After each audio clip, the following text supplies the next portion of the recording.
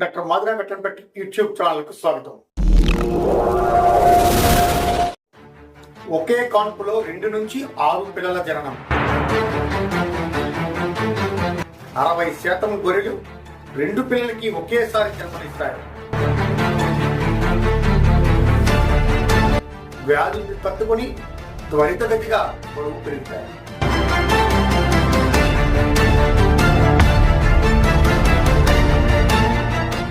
ఎందుకు ఈ జాతికి ఈ ప్రత్యేకత ఏమిటి? ఎలా వచ్చింది వీటికి ఈ సామర్థ్యం?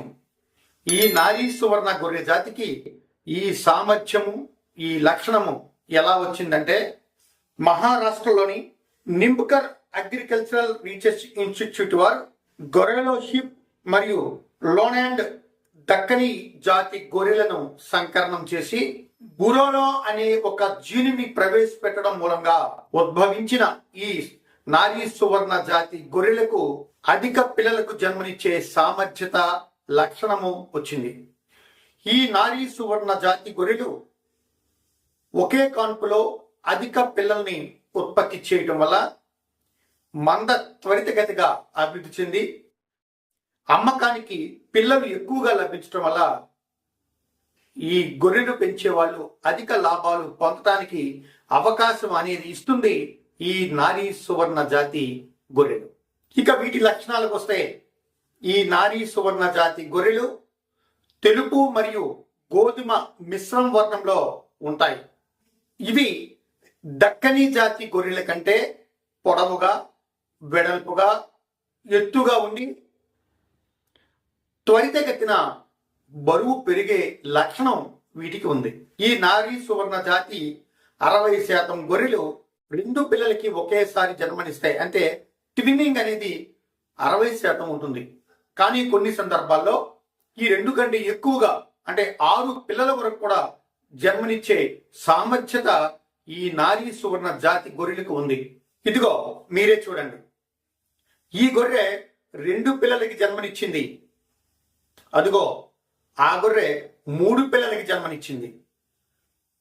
ఈ పిల్లలు పుట్టినప్పుడు కూడా మంచి బరువు కలిగి ఉంటాయి. సాధారణంగా ఈ పుట్టినప్పుడు ఈ పిల్లలు 2.5 కిలోల నుంచి 3 కిలోల వరకు బరువు ఉంటాయి. సానుకూలమైన మేత అందిస్తే ఇవి 3 నుంచి 4 నెలల వయసులోనే 13 నుంచి 14 కిలోల బరువు, 4 నుంచి 5 మాసాల వయసులో 16 నుంచి 17 కిలోల బరువు పెరిగే సామర్థ్యత ఉండటం ఈ జాతి తాలూకా మంచి లక్షణం. ఇవి పెద్దవి ఆడవైతే 40 కిలోల బరువు వరకు, మగవైతే 50 కిలోల బరువు వరకు పెరిగే అవకాశం ఉంది. మంచి దానా అందించినట్లయితే ఇంతకంటే ఎక్కువ బరువు కూడా పెరిగే అవకాశం ఉండడం అనేది ఈ జాతి తాలూకా గొప్ప లక్షణం.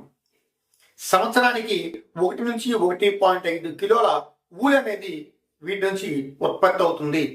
ఈ ఊలు అధికంగా పెరిగినట్లయితే బరువు పెరుగుదల కొంత తగ్గవచ్చు. కొన్ని సందర్భాల్లో ఈ ఊలు తొలగించడానికి ట్రిమ్మింగ్ చేయాల్సిన అవసరం అనేది ఉంది. ఇంకో ముఖ్యమైన విషయం ఏంటంటే, ఈ జాతి గొర్రెలను పెంచుతున్న రైతుల్ని నేను అడిగాను. ఈ వ్యాధి నిరోధకత కూడా ఎక్కువగా ఉండడం వల్ల వ్యాధులను కూడా చాలా బాగా తట్టుకొని ఇవి పెరుగుతున్నాయనే ఫీడ్బ్యాక్ కూడా ఈ రైతుల నుంచి వచ్చింది.